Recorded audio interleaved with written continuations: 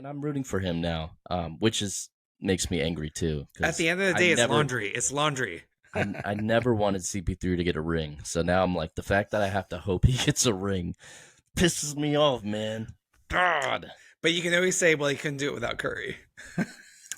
I mean, I guess, So yeah, if they win a ring, I'll just have to begrudgingly, thank Chris Paul. But no, I don't know. It's gonna be interesting for sure. Hang on.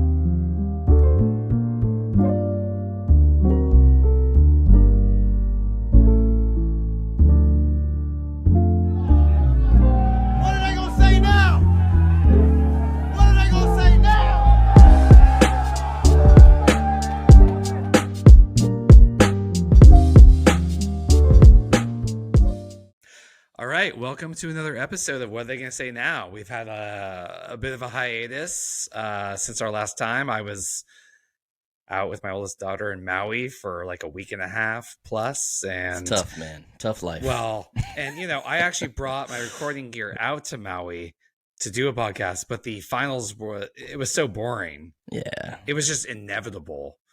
There wasn't much to talk about, right? The 6-hour time difference. Yeah. But it was just inevitable. It was, the Heat took that one game. And I was like, okay, and then nah, like it was just boring. It was, congratulations to Denver and Nuggets fans on their first ever championship. It was inevitable. They were the better team. They were the best team in the league this year, no doubt. And take that as a little bit of a. Yeah, Embiid took the MVP over Jokic, but who cares? You got the chip. Jokic got you the finals MVP. Jokic and Murray are legit. So who cares about that, right? Exactly. Yeah, and I think it's, especially like seeing how the Warriors kind of came together and won their first title and then kind of built their dynasty from the ground up, draft picks, right? Like Denver definitely did it the right way. So you like to see those teams rewarded. And also, very likable team. Yeah, likable team. Yeah, exactly. And there's a lot of talk on Jokic. Oh, regular season, this and that. Psh, not anymore. not anymore. Yeah. I mean, he was a monster. And they are clearly the favorites. I don't care what happens. They're the favorites heading into next year because they're basically gonna run it back. Maybe Bruce Brown leaves. They may have a couple changes here or there. Right. You can't say they're not the favorites next year. You can't. Yeah, Murray even healthier, like for a whole season. Continuity. Continuity. And there's something with that championship confidence too. Mm-hmm. I feel like you come in and you say, okay, well, now we know what it takes to pull it off. The only thing I would hold against them next year is repeating is really hard. That's it. It is. Yeah. True. The Warriors did it once. That was with the KD Super Team Warriors. Right. The Heat didn't do it. They had a gap, right? Or did the Heat do it? No, they had a gap with the Spurs. That entire Spurs dynasty, they never went back to back. So we had the KD Warriors do it last. Prior to that, it was the Kobe Shaq Lakers. Wow. 3 straight. The 3-peat. Yeah. Which the Warriors should have had, but it shows with injuries. But that also shows it's just injuries and things happen. Yeah. It's so difficult. But nonetheless, I don't care what happens the offseason. Denver's the favorite next year. Agreed. Someone has to dethrone them. Just like we said last year. We had the Warriors winning it last year. Things went awry, but you got to dethrone the champ to not without reasonable changes. Right. Which sometimes small changes are reasonable changes, as we've come to learn. But yeah, so hey, congratulations, Denver. That's awesome. And Jokic. Yeah. Cool to see, and Murray come back from the ACL injury. So yeah, that's really great. Absolutely. They deserved it. All right, so let's dig into the good stuff now. As Warriors fans, we just have to go right with it. And also, like, everyone's talking about this. So the Warriors trade Jordan Poole, also Ryan Rollins, a second-round pick, and some later on picks for CP3, one of our enemies, lifelong Warriors enemy, going back to his Clippers days and then the Houston days. And I was shopping at Costco with my kids. You called me, and I was like, and I was like, what's going on? You're like, look, and and I know you don't like it because you hate CP3. I don't like CP3 either, but CP3. I know, but I've always respected his game. Aside from the tear through and all that stuff. Look, I'm not gonna. That's his game. No, that's not all his game. He's a very talented basketball player. He's a Hall of Famer. He's really good. Yeah. Look, I hate that stuff too. The flopping, but the complaining. I know, but so we have to take this in the whole context, okay? I'm trying. You're talking me off the ledge. I'm going to talk you off the ledge. We're just working through it. Look, this is our therapy. You and I have talked so much shit about CP3, so I'm not going to back down from it. Right. I'm pretty sure we're on podcast last year talking shit about him. So yeah, it's fine. Absolutely. But I've never disrespected the talent. He's a talented, high IQ basketball player. He is. Okay, so let's lay this out. He's also 38. Oh, I know. And injury prone. Absolutely. I'm just saying. He's 38 and injury prone, and that's the whole thing. So I have so many talking points on this. Okay. I'm gonna let you cook, man. Because this is more about Jordan Poole and what happened last year than it is about CP3. Okay, different levels. Okay. Draymond Green punches Jordan Poole in a practice before the season starts. Not cool, but you notice that the reaction's kind of mixed. Like a lot of players had Draymond's back in that. He wasn't suspended. It came out later, more recently, that Jordan Poole was disrespecting Steve Kerr, and Steve Kerr and Draymond are tight. They've gotten into it, but we've seen on podcasts and stuff. Those guys are tight. They say they are very similar personalities. So Draymond sees his guy, Steve Kerr, who helped make him who he is, getting disrespected, and he clocked the shit out of Poole. And there wasn't a huge backlash against it because Poole, I mean, by all accounts, was talking some shit. And, I mean, there was not a huge backlash against Draymond in the organization. That is very clear. As in, I'm not going to say someone deserves to get punched, but maybe he had it coming a little bit. I'm just saying. And I said this before he got traded. I also said in our last episode before the offseason that Poole's gone. Kerr was on Draymond's podcast. And he said, look at this Nuggets team with these young players buying into the team aspect and not caring about their own personal numbers or any of that stuff. Minutes. And it was like, oh, he's talking about Jordan Poole. Like, it was the most obvious thing in the world. I mean, you could also say Kuminga and had some of that too. Sure. Moody, not so much. Moody's a professional. Yeah, but the problem is Jordan Poole got paid already. True. And that contract, and what's interesting? You have the national media weighing in on this, and it's like, yeah, you guys don't watch every Warriors game like we do. So they're talking about, well, look at these numbers. He put up solid numbers. Look at the shooting percentage. Pretty good. And you're like, yeah, a lot of those games were when Curry was hurt and there was no pressure. When Curry was back and we were trying to really win games, and he would go brain dead, absolutely brain dead late in games. Like atrocious. We saw Steph. The most famous moment is Steph getting so pissed off. Jordan Poole shoots a 3-pointer with 20 seconds left on the shot clock from like 30 feet with the lead.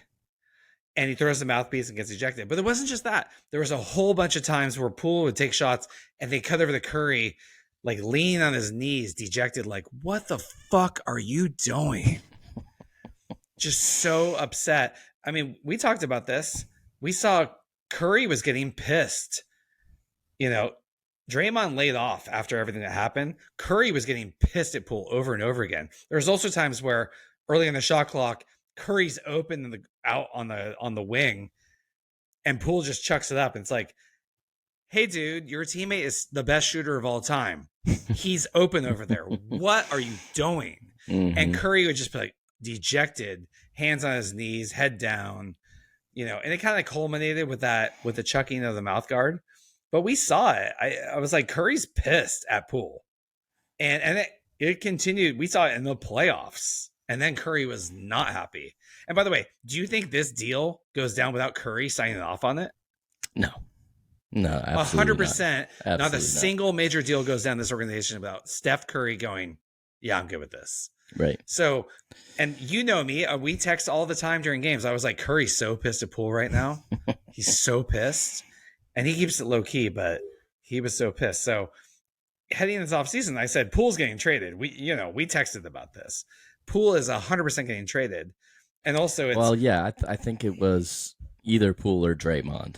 And it became clear that they were not going to get rid of Draymond. Now, Draymond could end up still leaving, or, there is a small possibility. I have a feeling he's coming back. I would be extremely shocked if Draymond does not return.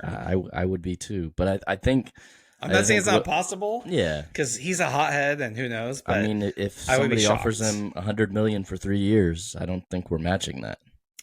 Yeah, but he likes winning. So it has to be the best. Let's not go deep into Draymond right now, but it could be the Sacramento Kings. Right. That's actually a very... Anyway. But Houston has some money. There's a few teams. Yeah, Houston's not going to compete yet, though. He needs to compete because we've seen him on an uncompetitive team, and he's unrestricted, though. So if they make an offer, we have to match it. Yeah, that's the problem. That's the problem with him not opting in. I mean, I don't want to get off course. I'm just saying, like. But here's the thing about unrestricted offers: the other team has to clear proper cap space to make that offer. Right. We saw Indiana did it to DeAndre Ayton last year, and it screwed them. They actually made the offer, but they had to clear cap space to make the offer, and then Ayton signed with Phoenix, and then Indiana was left without a chair. Yeah, true. So, look, Draymond's coming back. I'd be so shocked if he isn't. I mean, come on. I hope so. Yeah, but that was the decision if you're the Warriors, we already knew this, regardless of all the other stuff going on, just money. The Warriors had to choose between Draymond or Poole this offseason, just for money and the new CBA and all of that. Now, look, Denver is the alpha dog of the conference now. Draymond Green gives Jokic problems. I'm not saying Jokic doesn't put up his numbers still, but more as much as any player in the league. And by the way, Draymond has mad respect for Jokic. We've heard it in his press conferences last year when they beat Denver. Right. But you need Draymond Green if you're going to face off against Denver. And this is the Warriors abandoning the two timeline thing, the young and the old. No, it's the Steph Curry timeline. And he proved it because he played an MVP level the last 2 years when he's been playing. I'm not saying he should have won MVP, but he's playing at an elite level. He's in great shape. There's no reason he can't be elite until he's 39, 40. People say he is pound for pound the most fit player in the league. It's not even close. So we are all in on the Steph Curry timeline, and I am here for it. I am too. That I think we agree on. I think that the two timeline thing, they deny that was trying to happen, but it definitely was. They were trying to have the next dynasty lined up. So basically, as soon as the core retired, you had Poole, Kuminga, Moody, all these guys ready to go. And, Steph is not on that timeline. Steph is the timeline. For as long as he's on your team, you're doing whatever you can to win championships, because otherwise you're wasting one of the, top 5 ever. Right. And Curry, his career. So, and Curry is a consummate professional, never says anything in public. No. Nothing. I promise you behind the scenes, he's like, after this year, because, I mean, he played out of his mind in the playoffs. Yeah. He was incredible. That game 750 spot against Sac, like, he was out of his mind. Yeah. And it was kind of a statement. We can't say Poole wasn't bad. I mean, he had a terrible year. Poole was bad. And let's talk about, like I said, this trade with CP3 and Poole is more about Poole. Okay, as Warriors fans, how relieved are we to be out of that contract extension? I am so relieved.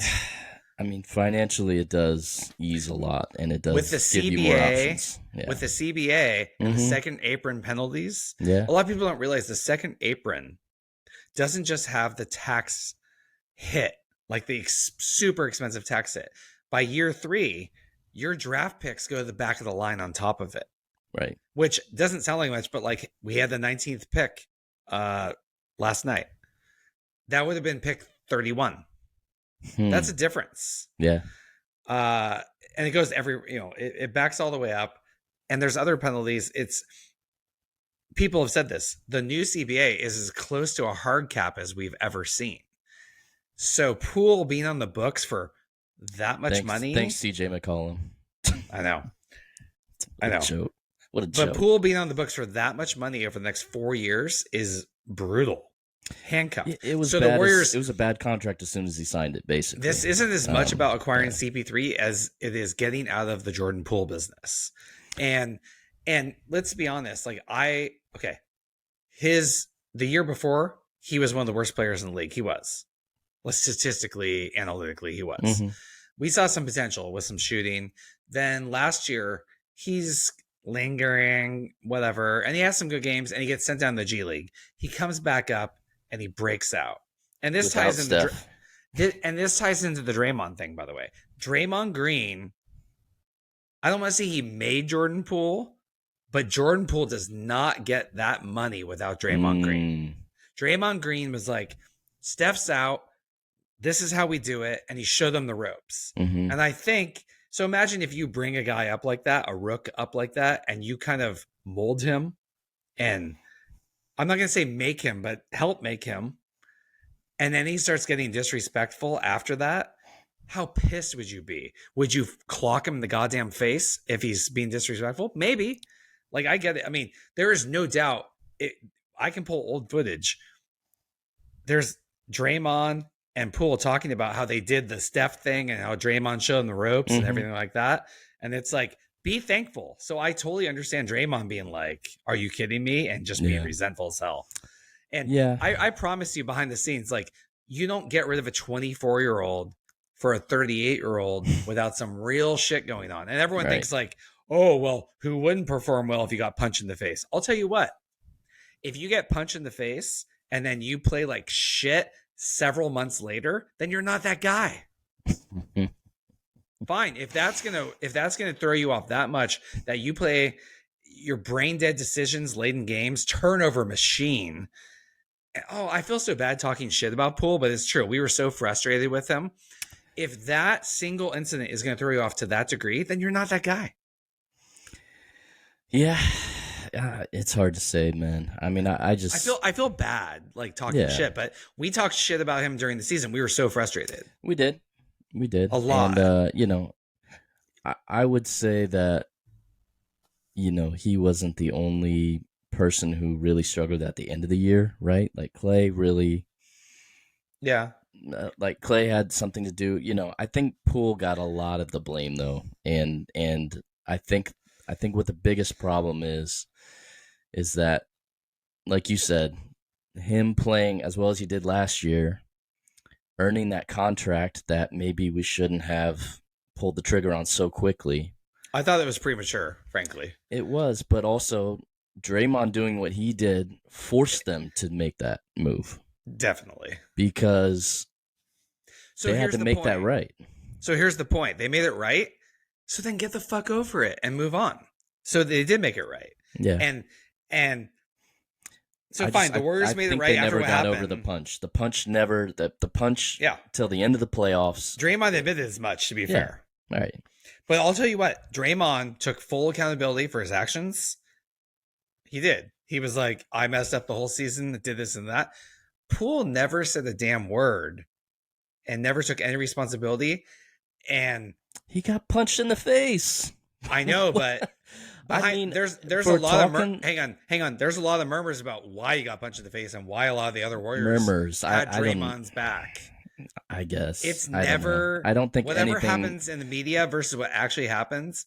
But nothing he said short of him saying something about Draymond's kids or family or something like that, deserved. I heard behind the scenes.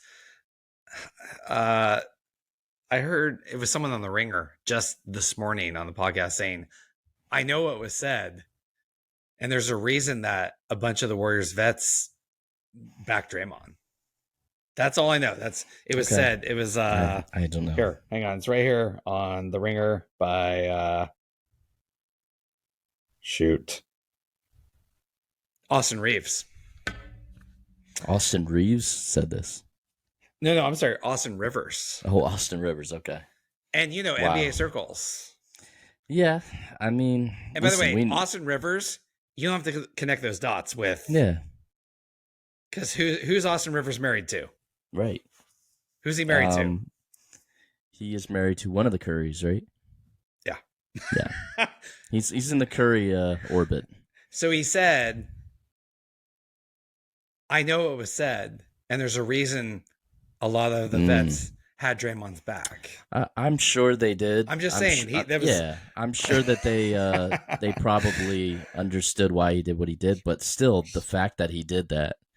Sure. I'm not defending Draymond doing it, but Jordan Poole definitely had some young punk energy. That's all I'm going to say. Agreed. I think part of that is also how you become successful in the league, is having an overabundance of confidence. But like I said, I'm going back to that. Draymond helped mold him. Yeah. So by the way, it's been oversimplified with, Draymond punched him, blah, blah, blah. It's like, things are not that simple. No, they never are. Yeah, I don't know. For me, I mean, listen, I'm not a CP3 fan of the guy, his antics. I am not either. I am not either, but I respect his game. I mean, I think he's one of the greatest true point guards. I'm talking about like organizing his team, kind of like knowing where he's a floor general. He's a floor general. Yeah, he's probably the best floor general maybe we've ever seen. Actually, you know when I got the most respect for CP3 was when he got offloaded to a throwaway Oklahoma City team and took him to the playoffs. Yeah. With a bunch of young kids. He's a talented guy, man. You have to admit, that was so impressive. Yeah.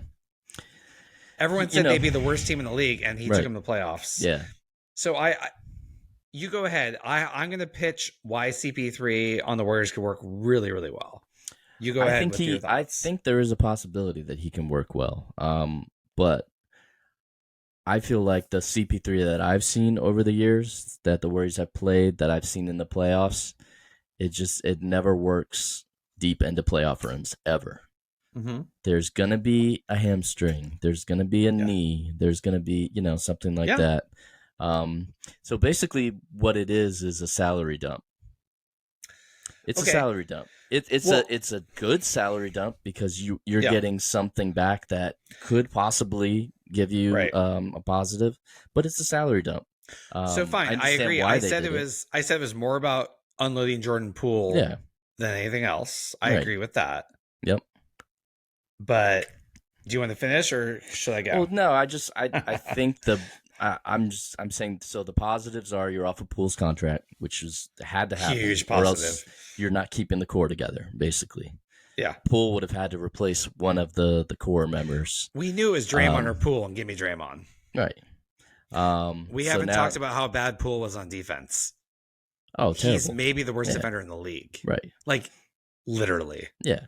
Very bad. And lack of effort. And Kerr was pissed at him. Listen, I get it. I'm fine with them unloading Poole. I just don't.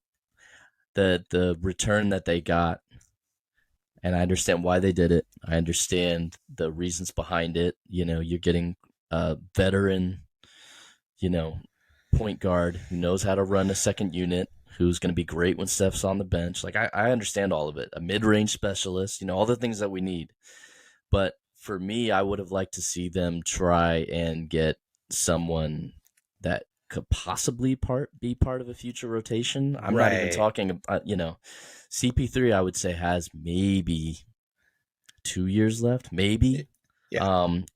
The good thing is he's an expiring deal, right? Yes. So after this So we year, have future flexibility after that, right? regardless. If it works So out, it works out. If not, yeah, not. listen, I understand all Yeah. the That is the single biggest aspect of yeah, the trade, it's without a big, doubt. it's huge. But like I said, I just for me, like there were so many needs from last year, Yeah.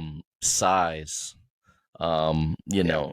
uh veterans, but veterans who still have stuff left in the tank. And I just feel like at this point, Right. Chris Paul's on fumes basically. Right. And I don't see him getting through the whole season, and I think that's a problem. That's totally fair. Now let me give you the counter side. Okay. Okay. Okay. If we were going to trade Jordan Poole, what would I have liked to have seen?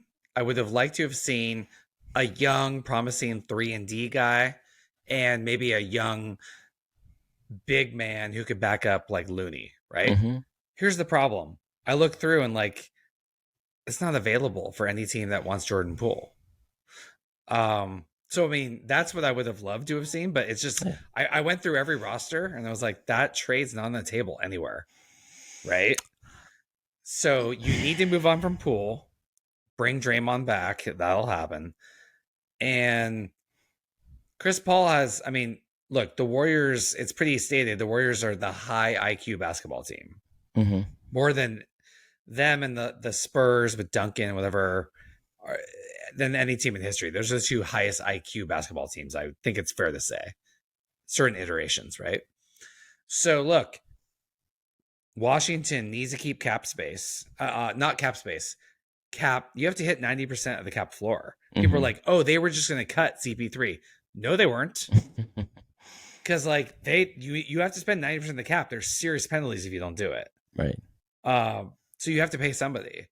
So they weren't just going to cut CP3 like people thought. People have all kind of comments and they don't understand the cap at all. Mm. They weren't just going to do it because then they all of a sudden have to pay someone 20. CP3 is in the books for 30 million. Mm-hmm. Poole, by the way, is on the books for 28 million. So it's a wash this season. Yeah. Plus add 4 more years on that. I get why Washington did it. I actually think Poole, I think Poole can actually be good for them. You got a young star. Yeah. I think he's going to have a big year because he's going to be away from all of this. He's going to have a big year on a losing team. Big year on a losing team. That's where he thrives. Late in games, he sucks when there's pressure. Yeah. Like he does. I'm sorry, but it's just true. It's just true. I really like Poole. I have a pool party shirt. I have a pool party shirt. I don't know what the hell I'm going to do with that. Yeah. No. I do. I bought it at the Western Conference Finals last year. Yeah. God damn. So I just think we had so much promise, man. It's a disappointing end to a couple year run. Okay, but let me finish my thoughts with CP3. Yep. Okay. So you're bringing in a high IQ player. Now, a lot of people are going to want to argue that, well, he's a ball stopper and pick and roll type player. Well, our second unit could use a slowdown, frankly. I agree. Yep. And I would love to see him doing pick and roll with Kuminga. Yeah. Athletes like that. Mm-hmm. Wiggins even, pick and roll. Yeah. So, and not to mention, I mean, Chris Paul is, look, both you and I both have issues with him. There's no doubt. But we both acknowledge he is smart as hell. Yes. His basketball IQ is through the roof. Mm-hmm. Having him control the second unit and then come in at key times. Also, we've never seen Steph playing alongside a pure point guard. Steph's not a pure point guard. Steph is Steph. There is no Steph.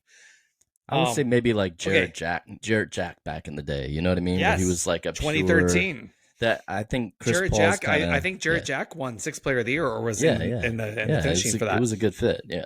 So I will say this: at certain moments, you have Steph Curry. I'm going to say flat out the best off-ball player in NBA history. That's a fair statement. At clutch moments, and you have CP3 on the floor, one of the best point guards, pure traditional point guards of all time, with Steph Curry off the ball, you have to admit that could be filthy. Could. It's also 2 6'3" and under point guard or guards that are going to get abused. Although CP3 is a good defender, Steph's actually a plus defender. He was fine. He was. He's not the same anymore. Okay, so let me get to this. Plus, point. I don't think he's going to close games either. Hang on. And he might come in and out. It might depend. So let me give you this point. Yes, he has had health issues. Mm-hmm. In Phoenix, he was carrying a heavy load. He's going to come to Golden State, and they're going to be like, how about 18 to 25 minutes a game? And we're going to keep you healthy and fresh. And the Warriors have a good track record of this, by the way. Like, look how restrictive. How many times have we wanted to see Curry play more minutes? And Kerr's like, no, we're keeping him fresh and healthy and doing that. Less of a weight on his shoulders. He was the floor general in Phoenix. That was a lot on him. He doesn't have to be that here. And he's also a smart enough. People talk about his ego and blah, blah, blah. He knows he's turning 39 in May. He knows that. And he also knows, like, these guys are legit. They've won rings. They've knocked him out. Like, so he is smart enough to understand that.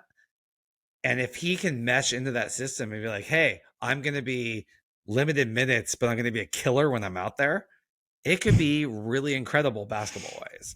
I mean, again, one of the best point guards of all time with one of the best off-ball players of all time.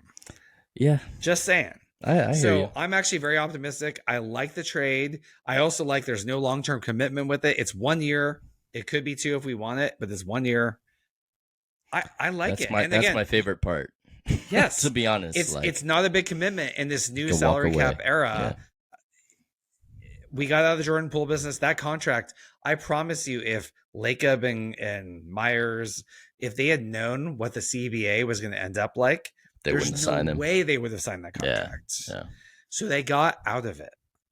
Agreed. So I love the trade. I love it. Listen, I hope it works. And by the way, let me just say this. Here's an example. I know we don't like CP3, but we respect this game. Do you know who that sounds a lot like? That sounds like Richard Sherman, the Seattle Seahawks cornerback, enemy of the 49ers, who came to San Francisco, embraced the culture, and we loved him. Right? I'm just saying things can change very quickly. It's just sports. I hated CP3 way more than I hated Sherman. I don't know. We hated Sherman quite a bit. I'm just agree, saying. But yeah, no, I think I jest. And tell me that's not a good example. I'm rooting for him. Come on, it is. Tell me that's not a good example. It's a good example. A really good example. Yeah, it is. And I'm rooting for him now, which makes me angry too. At the end of the day, it's laundry. It's laundry. I never wanted CP3 to get a ring, so now I'm like, the fact that I have to hope he gets a ring pisses me off, man. God. But you can always say, well, he couldn't do it without Curry. I mean, I guess, So, yeah, if they win a ring, I'll just have to begrudgingly, thank Chris Paul. But, no, I don't know. It's going to be interesting for sure. Hang on. Is it State Farm or Farmers? State Farm. State Farm. Okay, yeah. How long before Curry's in a State Farm commercial? How long? They were actually in one together. Do you remember that back in the day?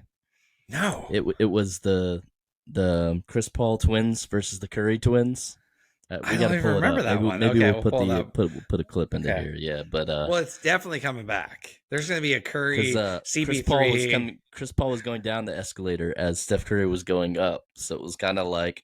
That's symbolic. That's symbolic. And it's kind of what happened. I mean, It's totally symbolic. Yeah. That's like 2014 right there. Right. I think that's when it aired. I'm pretty sure right around then, before they won the title. So again, I have issues with CP3.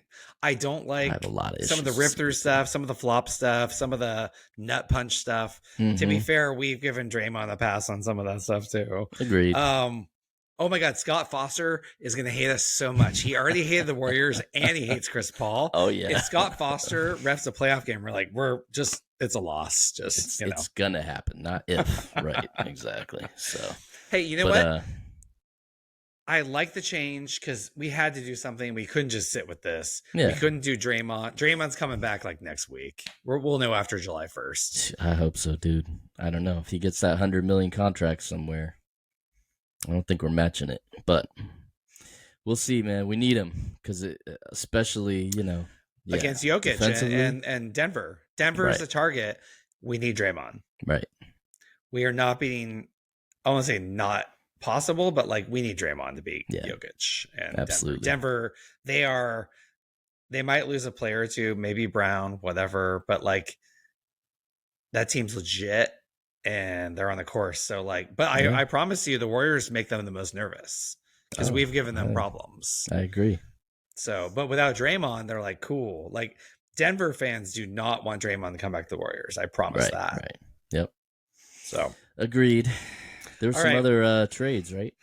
Okay, so let's talk Bradley Beal coming to the Suns in part of CP3 going to Washington for a game to Golden State. Wild. That trade is insane to me. Yeah. Bradley Beal is a scorer on a shit team, not highly efficient. And by the way, Jordan Poole is going to take the reins and do the same shit in Washington now. And he's not a good defender. And his contract is absurd. He has a supermax. So Phoenix was already screwed in second apron and all that in the salary cap. And now they bring Bill in. They're actually worse now. And they have to sign a bunch of vet mins to fill out that roster. We were saying they needed depth. They have no depth. Now, to be fair, we'll see if they move Aiden and then bring in a couple players and balance it out, which they need to. They need to do that. Aiden's moving, right? There's no way they can keep it like this. I mean, I would think that they're going to try. I don't know who's going to take him, but it's hard. Aiden's really tough to read. He disappears in games, but he's a talent. Right. I guess the reason they got rid of Monty Williams in Phoenix, which we didn't like that, was because he didn't like Aiden, and it was a whole issue. And but then you're going to get rid of Monty Williams and then get rid of Aiden anyway. And now I will say Frank Vogel, great hire. Yeah. Good coach. Got screwed in LA after winning a chip. So good coaching there. Also Nick Nurse in Philly. Love that hire. Yeah. Love that hire. We're going to see what happens there in place of Doc Rivers. What was the other one? Coaching hire. There's one more. I'm not sure. It'll come to us. It'll come to us eventually. But we don't have anyone. We don't have anyone. Oh, you know what? Monty Williams went to Detroit on like the biggest contract for a coach ever. That's right. Which is they just need a leader out there. Which that's a good hire. Right. They paid him a ton of money, and then still no one's still in Milwaukee. No. To Milwaukee. They got the assistant coach that was in Toronto. I think we talked about that. Oh, that's right. Yeah, you're right. You're right. And honestly, I have no opinion on that. Yeah. I'm not qualified to give an opinion on that. So, yeah, I'm trying to pull his name up. You bring on an assistant coach, and that's outside my element. I can't say I'm tracking assistant coaches in the league. Adrian Griffin. Okay, so we'll see. So I have no opinion. Supposed to be. He was like basically Nick Nurse's number one guy. Go-to man. So Nurse is a good coach. So. Yeah. Okay. And Milwaukee's a good team. We'll see. So as long as he can kind of keep it afloat. I can't pretend to have a real opinion on that. So no, I was just gonna finish up on Phoenix. I think that offensively, again, they're gonna be deadly, right? Like they're gonna just try and outscore people. Which never works in the postseason. It doesn't, but I think they could win some regular season games, like a good amount. I think they could put a scare in some teams. Like if they're clicking on the same night, all of them, like deadly, right? But so you get to the playoffs, and then so you have to put Jokic is a problem for everybody. That's just given. But you know who tore Phoenix apart was Murray, and so now you just have to stick Booker on Murray and wear Booker out. Yeah, right. I think if they run into Denver, they're not winning. No, it might be worse than last year. I just don't understand. Beal. People say this is the brand new owner syndrome. Matt Ashiba, Ashiba. Anyway, Ishbia. Yeah. Got to make a splash, but now they are so committed. They better trade Aiden away for Just get some defensive stoppers. Well, a couple players, but a guard who's really good at defense. Yeah. Someone to guard Jamal Murray, because that's a problem. Yeah. You kind of have to just acknowledge that Jokic is a problem, but you need to be able to take care of Murray. Right. Yeah. Yeah, it's going to be interesting. And then how about the Boston Memphis trade? Right. So that's really, oh man, Marcus. Okay. So originally they tried to trade away Brogdon, and then he didn't pass his physical. And then Marcus Smart wakes up in the morning. The Clippers were going to be involved in that too, right? In that trade. Yes. And then Marcus Smart wakes up in the morning, lifelong Celtic, kind of their heart and soul a little bit, right? I think it's a fair, yeah. Just defensive player of the year. Yeah. Just shocked they traded Smart to get Porzingas, and to be fair, Boston got like first round draft picks too. Yeah, so it was a hell of a trade. Yeah. I feel like bringing in Porzingas, who had a great season in Washington, we should add, after getting traded by the Mavericks, which he just didn't fit alongside Luka. Yep. He had a great season, and he has that potential. I feel like that was Boston saying, hey, look, if we get through the East, we're probably going to play Denver, right? Like, it's a fair comment. Denver. Yeah. We need Porzingas to match up at least on Luka. I'm sorry, on Jokic on the Joker. Yeah. Right? I feel like that's the thinking. Yeah, I think to me it just seemed like they wanted to shake things up. Like that's exact same configuration. It wasn't working. They're so Brown, close. Smart. They didn't want to break up Tatum and Brown. So like And to be fair, Marcus Smart, I don't mind the move, but sometimes he had we got annoyed with Jordan Poole for taking some irrational late game shots. When like you have a better shooter on the floor. Smart would do that. We saw it in the playoffs, and it's like Jason Tatum should be shooting that shot. Right. There was some of that too. But I'm like, they love Smart, and that's like brutal, man. It's tough. Basketball, sports is a tough business, man. It is. I like the fit for Memphis. Him going there. I think that, losing Dylan Brooks, they said we will not bring him back. They have a much, much better version of Dylan Brooks. Much better. Yeah. Much better. And also you have offensively and defensively, without being Smart can get a little dirty, but he's a hustler. It's fine. Right. But whereas anyway, it's a big upgrade. And also they need him to handle the ball for the 25 games that John Morant is suspended for, which we haven't even talked about yet. Which you know what? I thought he was going to get more, honestly. I thought he was going to get more. Yeah. But I actually realized I think it was the right amount. And here's why. It's a pretty harsh punishment. 25 games out means he can't qualify for all NBA or any end of season awards, which has financial implications. He's going to miss out on the Supermax. Quietly, Memphis is kind of like, okay.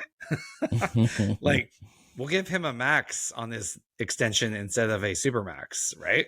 Right. Especially with all the second apron stuff. The second apron salary cap stuff, people don't realize how harsh it is. Again, this is as close as we've been to a hard cap in the NBA ever. It's so it's the punishment of going over the second apron multiple years is so brutal.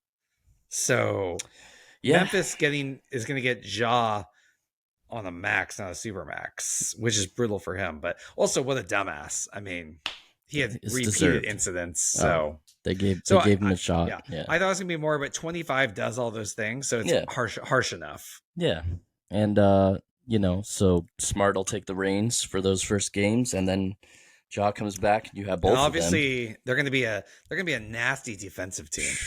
Jesus, it might even be possibly a better defensive team than Jaw's not a good defender, but you have like JJJ, you have Smart, you'll have Desmond Bain, that team's scrappy as hell. Yeah.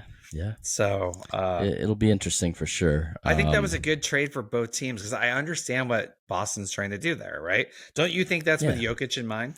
Like if we get to the finals, we need someone like Porzingas because they have Williams, right? But you need two of those guys to deal with Jokic. Agreed. I think that's 100% what they were thinking about. That's like Denver Nuggets. This is what we need. And you like I do have said, you have to mold your teams about your opponents. Like the Houston right Rockets molded their team to try and after beat the the Warriors. Warriors, Yeah, and yeah, they yeah. damn near did it. Right. You I know, mean that's the same conference though. We're talking about like a I know, possible finals matchup. but I you hear think you. I'm just Boston's saying. thinking about that? I think I that. think so. Well, oh, Yeah. also Embiid. They're thinking about Embiid as well. There you So go. yeah, That's yeah. yeah. They Oh, also or Giannis too. right. Same thing. We need two bigs. I think Boston also picking up Tyus Jones was a good pickup also, who's a really good, was like a backup point He's a guard. good point guard. He's a good Yeah. point guard. Right. So like Boston did really well. Like if you're going to trade Yeah. Marcus Smart, I think they did about as well as you can do. And they need their ball handler because sometimes in high pressure Yeah. situations, playoffs, like Jaylen Brown has some issues going to his left still. And no, I mean he's actually that's an underrated part of the trade. I think that trade by Boston was fantastic. Yeah, I agree. And they got draft picks. They got draft picks. 2 first-round picks, Yeah. right. I think think Brad it's one of those Stevens, that work out for both teams, honestly. Brad Stevens is a better GM than coach. He's a really good GM. He is. And he was a good coach. So. And he was a good coach. Yeah. Yep. Was there any more big trades? I think we had one more we were going to talk about, right? Or was that it? Those are the big ones. And then we didn't even talk about the NBA draft. Honestly, it's like Wembanyama goes first, of course. The only big mix up on the night was that Charlotte skips Scoot Henderson and takes Brandon Miller, who's had like off-court issues with the whole gun thing and that whole thing. Right. I don't want to get into that because I don't know the details that well. Yeah. They brought it up last night on the broadcast, which was but I will say more so everyone had Scoot Henderson as being the second best player in the draft. And they thought, because he plays the same position as LaMelo Ball, so they took Brandon Miller. But it's like, no, unless you are on the cusp of championship, you take the best player. Right. True. And that's why the Charlotte fans booed.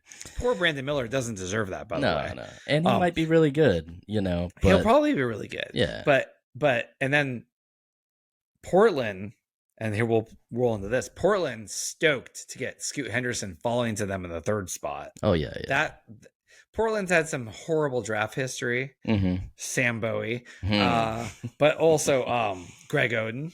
Yeah. So KD. Over Durant. In this case, they got Scoot Henderson falling to him. And I like Scoot Henderson. Yeah. I don't pretend to be a big follower of college basketball, just highlight reels and all that. I actually said this to somebody, and this is a super hot take. From a 10 to 12 year perspective, is there a chance that Scoot Henderson is a better draft pick than Victor Wembanyama? Ooh. Is there a chance? Yeah, absolutely. There's a chance. Injury.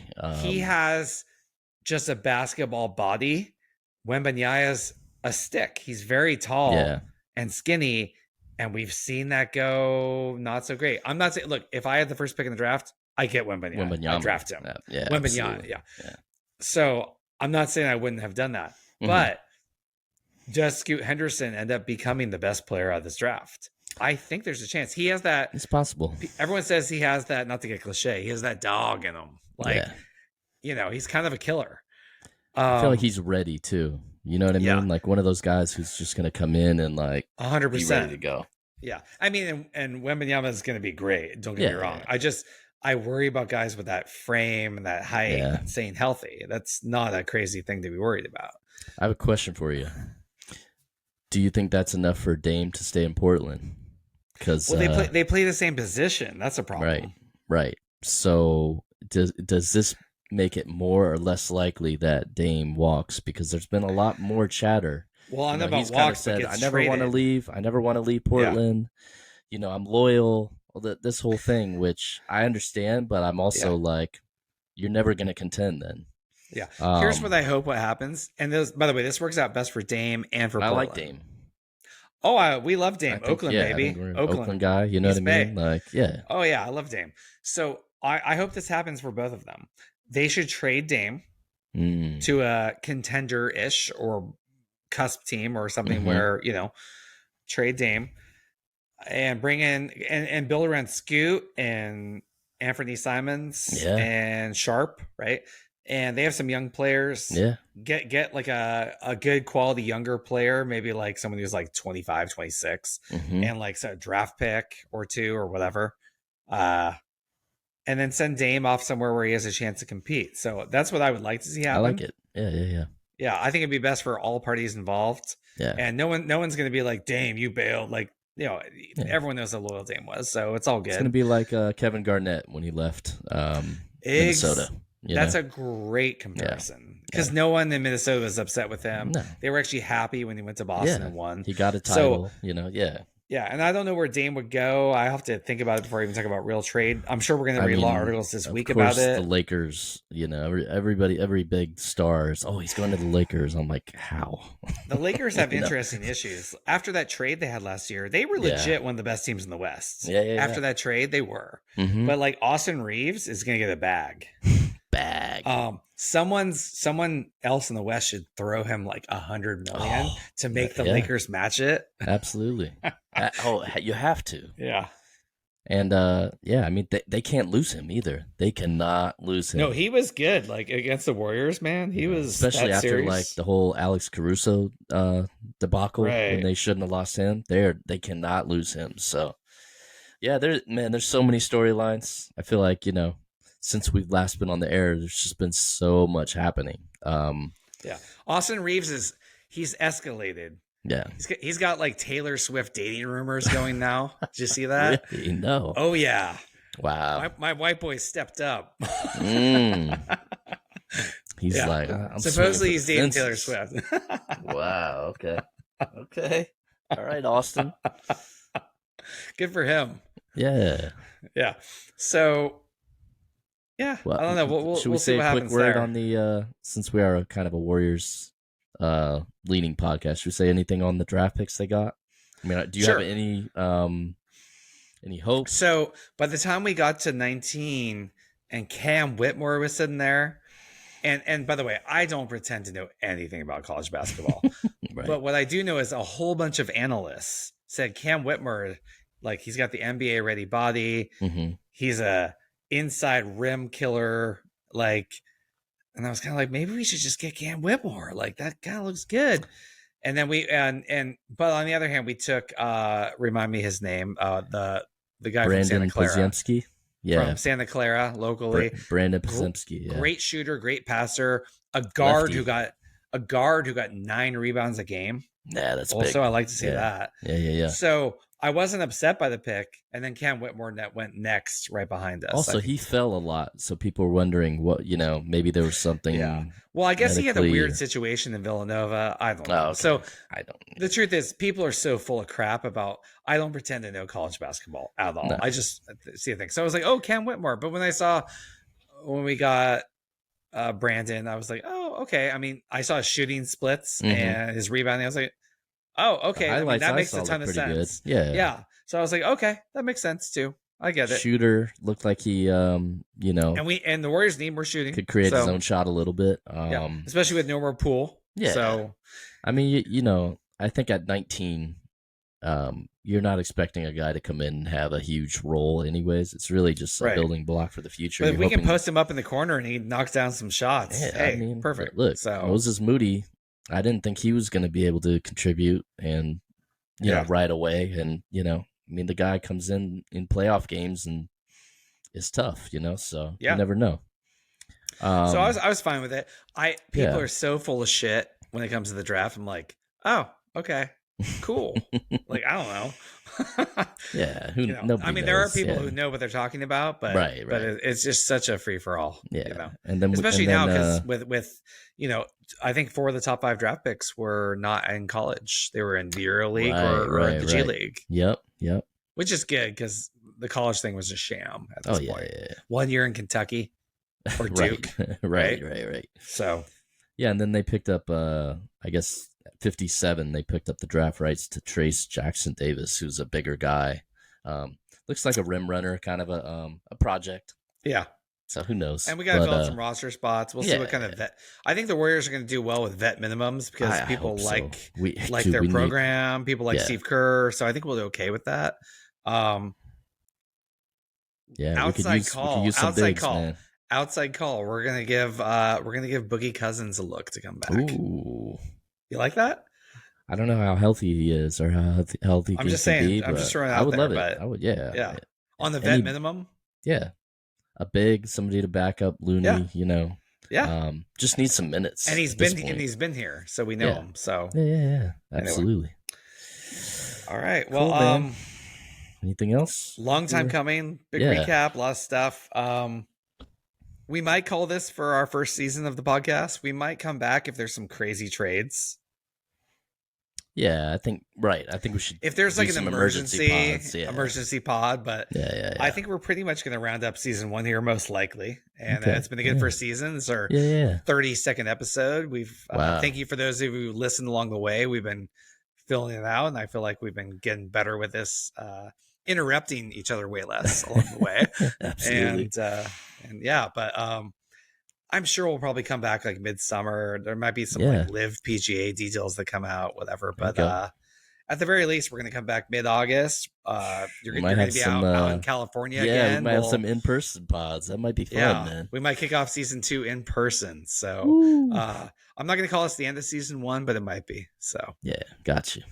Yeah. Cool, man. Well, yeah, thanks to everyone for listening. Please subscribe if you haven't yet. Share our stuff. Follow us on Instagram, TikTok. We'll post on there, on all the socials. So yeah, thanks everybody. All right, and yeah, coming back season 2, we're gonna have some more guests. We're gonna spice it up a little bit. So, all right, thanks for listening, everyone. Peace.